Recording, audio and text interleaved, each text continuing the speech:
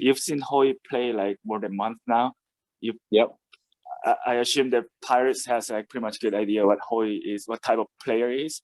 So next year, Mhm. is there specific like expectation, or did you give him any assignment, or there's ceiling for him?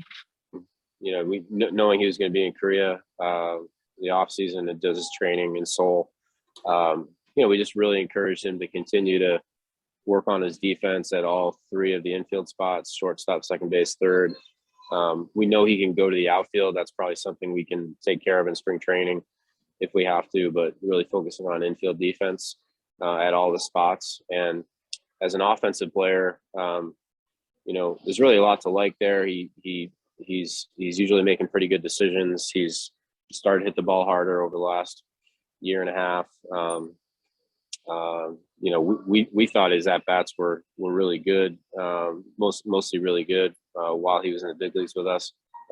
We think there's a good hitter in there, so we're looking forward to seeing more of them.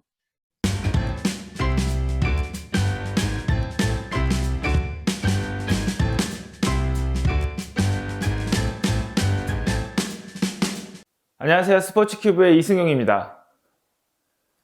드디어 2개의 영상을 만든 끝에 박효준 선수의 영상을 만들 수 있었습니다. 벤 체링턴 단장이 이야기한 것처럼 마이너리그에 내려왔다 돌아온 박효준은 의미 있는 마지막 한 달을 보냈습니다. 9월 초에 84.23마일이었던 그의 타구 속도는 10월 초 시즌이 끝날 때에 이르러서는요 87.57마일로 한 달 사이에 3.34마일의 타구 속도 상승을 이루어냅니다.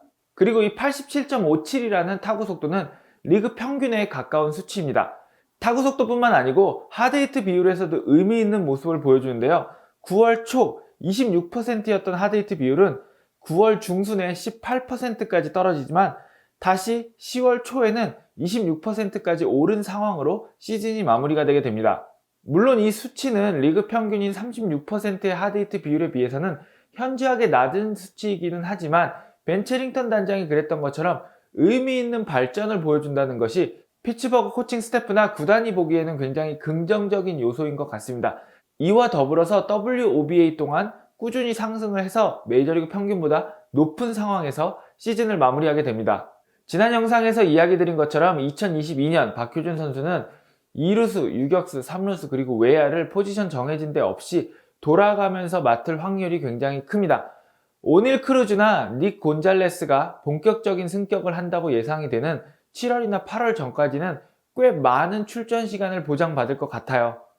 이 부분은 논텐더가 될 거라고 예상됐던 케빈 뉴먼이 다시 계약에 성공을 한 것만 봐도 알 수가 있습니다. 많은 전문가들은 케빈 뉴먼이 논텐더가 될 거라고 예상을 했지만 제 생각에는 아무래도 구단 측에서는 조금의 불안한 마음이 남아있기 때문에 박효준과 콜 터커만으로는 시즌을 운영하기가 조금 힘들 거다라는 생각에 폴 뉴먼을 보험으로 데리고 있는 것 같습니다.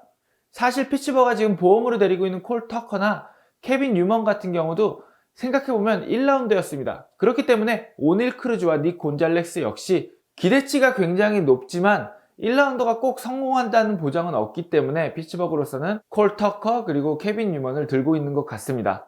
그렇다면 2022 시즌 박효준 선수는 스프링 트레이닝에서 물론 좋은 모습을 보여줘야 하고 그렇게 돼서 풀타임 첫 시즌을 치르게 되면 7월이나 8월까지 충분히 주어진 그 기회 안에서 의미 있는 모습을 보여야만 7월, 8월에 오닐 크루즈가 승격되고 닉 곤잘레스가 본격적으로 승격돼서 메이저리그의 모습을 드러내도 본인의 플레잉 타임을 보장받을 수 있을 겁니다. 저는 박효준 선수를 보면서 항상 토론토에 있는 3명의 비슷한 사이즈의 내야수들을 생각했는데요. 보, 시미언, 그리고 비지오가 바로 그 3명입니다. 베이스볼 서번트 기준으로 키는 박효준 선수가 6피트 1인치, 보가 6피트, 시미언과 비지오가 6피트 2인치인데요. 몸무게를 봐도 박효준 선수와 보가 185파운드, 시미언이 195파운드, 그리고 비지오가 205파운드로 세 선수는요, 키와 몸무게라는 측면에서 굉장히 유사한 부분을 보이고 있습니다. 우선 보부터 보면요, 보는 박효준 선수보다 키가 조금 작고 같은 몸무게를 유지하고 있지만 박효준 선수가 아직 하드히트를 많이 생산해내지 못하는 것과는 다르게 리그 최고의 하드히트 생산 능력을 보유하고 있습니다.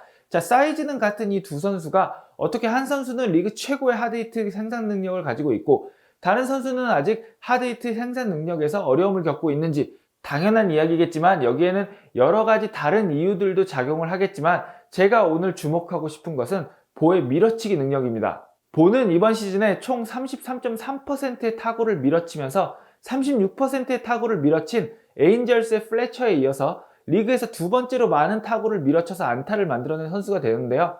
다만 플래처와 보가 다른 점이 있습니다. 플래처 같은 경우는 수비의 구멍을 이용한다 그러죠. 그 수비에 비어있는 공간으로 공을 밀어쳐서 안타를 만드는 유형이고, 그렇기 때문에 단타가 많습니다. 이에 비해서 보 같은 경우는요, 이 33.5%의 밀어친 타구의 대부분이 하드히트라는 점이 플래처와 가장 큰 차이점입니다. 이번 시즌 플래처는 홈런을 2개 쳤는데 이 2개의 홈런이 모두 당겨친 홈런입니다. 그에 비해서 보는 29개의 홈런을 쳤는데 이 29개 중에 10개를 우측 단장으로 넘겼습니다. 이것만 봐도 보가 밀어치는 거를 그냥 공간으로 공을 보내는 것이 아닌 정말 하드히트를 만들어낸다는 것을 볼 수 있는데요. 보의 이런 능력 때문에 상대편 투수는 보와 상대할 때 바깥쪽으로 던지는 게 다른 타자들보다는 조금 껄끄러워지는 상황입니다. 심지어 보는 파울 타구 하드히트 비율조차도 메이저리그에서 가장 높습니다. 박효준 선수는 지난해 양키스의 사나인 스크랜튼에서 밀어치는 타구를 굉장히 많이 생산했어요. 특히 5월, 6월 같은 경우는 박효준 선수가 마이너리그에서 친 타구들을 보면 밀어친 타구와 당겨친 타구가 거의 유사한 비율로 나옵니다. 다만 피츠버그로 와서 메이저리그에 승격된 다음부터는 밀어친 타구의 비율이 현저하게 줄어들기 시작합니다. 이번 시즌 박효준 선수는 메이저리그에서 밀어친 타구의 비율이 19.6%입니다. 마커스 시미언 얘기를 하겠습니다. 마커스 시미언은 보와는 다른 접근법을 선택했는데요. 보가 안쪽, 바깥쪽, 위, 아래 가리지 않고 스윙을 하면서 하드히트를 만들어낸 반면 시미언은 안쪽에 집중을 했습니다. 보는 이번 시즌에 스트라이크 존 바깥쪽으로 날라온 공들 중에 6개를 홈런으로 친 반면 시미언 같은 경우는 보보다 더 많은 홈런을 생산했음에도 불구하고 바깥쪽 공을 쳐서 만들어낸 홈런이 단 3개밖에 없습니다. 또 다른 증거는요, 29개 중에 10개를 우측 담장으로 넘긴 보에 비해서 시미언은 45개 중에 단 2개만을 우측 담장으로 넘겼습니다. 시미언의 비밀 중 하나는 토론토로 오면서 지난 시즌보다 홈플레이트에 더 가깝게 다가서서 이 방망이를 잡는 팔의 각도도 조금 더 당겨서 안쪽으로 오는 공에 조금 힘을 더 실어서 칠 수 있는 그런 타격 자세로 약간의 타격 자세 교정이 있었습니다. 재미있는 사실은 리그 최고의 하드히팅 생산 능력을 가지고 있는 보나 게레로와 달리 시미언은 하드히트를 생산하는 능력이 그렇게 뛰어나지 않다는 점입니다. 시미언의 이번 시즌 평균 타구 속도는요 87.57로 박효준 선수와 똑같습니다. 소수점까지 똑같습니다. 그리고 하드히트 비율도 36%로 리그 평균에 딱 머무르는 수치입니다. 박효준 선수보다는 높지만 시미언이 생산해낸 45개의 홈런을 생각하면 하드히트의 비율이라든지 타구 평균 속도가 조금은 생각보다 낮은 그런 시미언입니다. 이렇기 때문에 저는 보 같은 경우는 밀어치는 능력을 향상시키고 스트라이크 존에 어디로 공이 들어오든지 하드히트를 생산해내는 능력이 보의 성적으로 이어졌고요. 시미언 같은 경우는 선택과 집중이라고 생각을 합니다. 이 부분은 내년에 여러분이 텍사스의 시미언을 보실 때 조금 더 관심 있게 보면 재밌는 부분인데요. 시미언은 본인이 토론토 타순에서 앞에 스프링어, 뒤에 보비셋, 게레로, 테오스카, 구리엘이 나오는 이런 타선의 강점을 살려서 투수들이 자신과 승부를 할 수밖에 없기 때문에 분명히 안쪽, 인코스 높은 쪽으로 공이 한 번은 온다 라는 생각을 가지고 기다렸다가 그 오는 공을 놓치지 않고 홈런 혹은 장타로 연결시키는 그런 선택과 집중을 보여줬습니다. 시미언의 이런 접근법이 과연 텍사스에서도 통할 수 있을지, 아니면 텍사스에서는 오클랜드에서 토론토로 오면서 타격 자세를 조금 바꾸고 접근법을 조금 바꾼 시미언이 텍사스에 가서도 조금의 수정을 통해서 계속 좋은 성적을 이뤄낼 수 있을지, 아니면은 텍사스 타선과는 이런 전략이 더 이상 통하지 않게 될지 내년 시즌 텍사스의 시미언을 바라보는 관전 포인트가 될 것 같습니다. 케반 비지오 같은 경우는 2019년, 2020년 굉장히 긍정적인 모습을 보여줬고 2021년 3루수 자리를 얻게 되면서 본인이 부담을 굉장히 많이 느꼈다고 해요. 그래서 스프링 트레이닝에서 가장 먼저 경기장에 나와서 수비 훈련을 하고 가장 늦게까지 남아서 수비 훈련을 하고 퇴근한 선수가 되었습니다.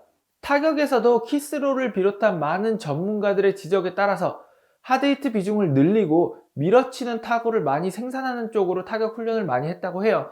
하지만 비지오 같은 경우에는 이 과정을 통해서 새로운 타자로 거듭난 게 아니고 이런 무리한 수비 연습, 그리고 타격에 대한 부담감, 이게 본인의 부진으로 이어진 케이스입니다. 시즌 마지막에 팀에 다시 합류한 비지오는 이런 점을 이야기하면서 2022년에는 조금 더 자신이 하는 야구에 집중하겠다는 얘기를 했습니다. 하드히트, 홈런, 그리고 밀어치는 것보다는 본인이 계속 잘했던 눈야구와 이런 식의 자신이 2019년, 2020년에 했던 접근법을 쓰겠다라는 이야기를 했는데요.